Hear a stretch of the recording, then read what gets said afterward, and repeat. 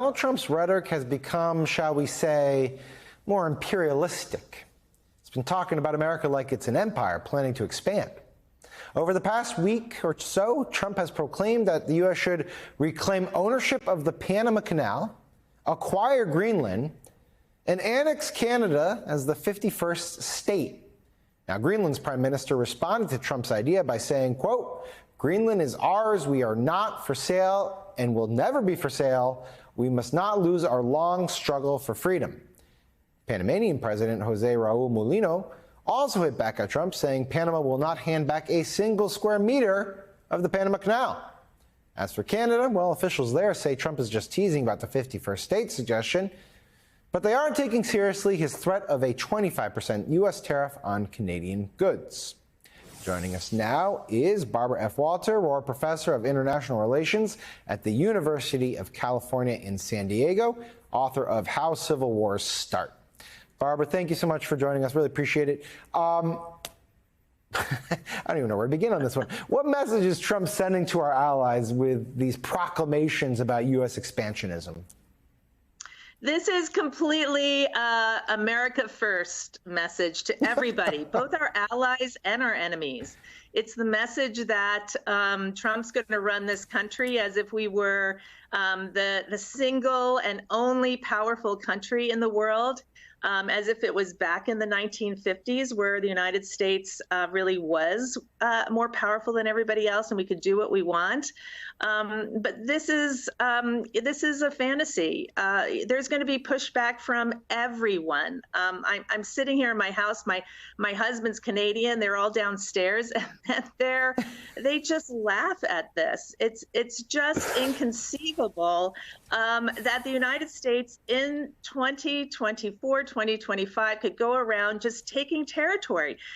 We actually know from the data and really, really good research that the single issue over which governments fight harder and longer and bloodier than any other issue is if somebody tries to take and occupy their territory. And that's exactly what the United States would face. It is an absolute losing strategy. Look what's happening to Putin in Ukraine. Right. And why would we do that to try to get Greenland or try to get Canada, let's talk about Greenland specifically. Let's talk about Greenland specifically. There is I'm curious. There in national security circles, there is the case that it would provide the U.S. Better insight into Russian provocations and better insight into what's going on in the Northern Atlantic. Is that essentially what this is about? Some sort of national security imperative to get Greenland, or is this just Trump's fantasy of controlling Greenland? Well, in an ideal world, there are economic and strategic benefits to controlling Greenland. That's absolutely true. The Arctic ice is melting, and we're going to have, and the world or Greenland will have more access to important minerals that are really important for clean energy. So there are economic and strategic reasons to want to be Greenland.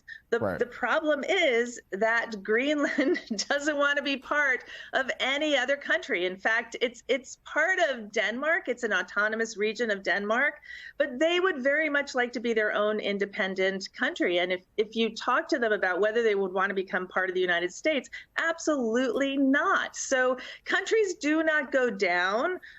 They do not give up territory without a fight, and this would absolutely blow the mind of everybody, and it would turn the entire world against the United States. Just quickly, last one, because in Greenland, Trump's talking about buying Greenland. Canada, despite what your relatives suggest, it seems like a joke. We're not going to annex them. But the Panama Canal, there does seem to be an actual sentiment there that we're being ripped off at the Panama Canal. And that's the one where if you squint hard enough, you can actually see confrontation. Is that, and should that be the most worrisome of all the proclamations Trump has made?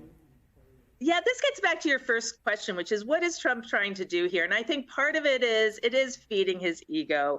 He can act like the little prince of his empire. He could try to create an empire. But there are negotiating benefits potentially to what he is doing.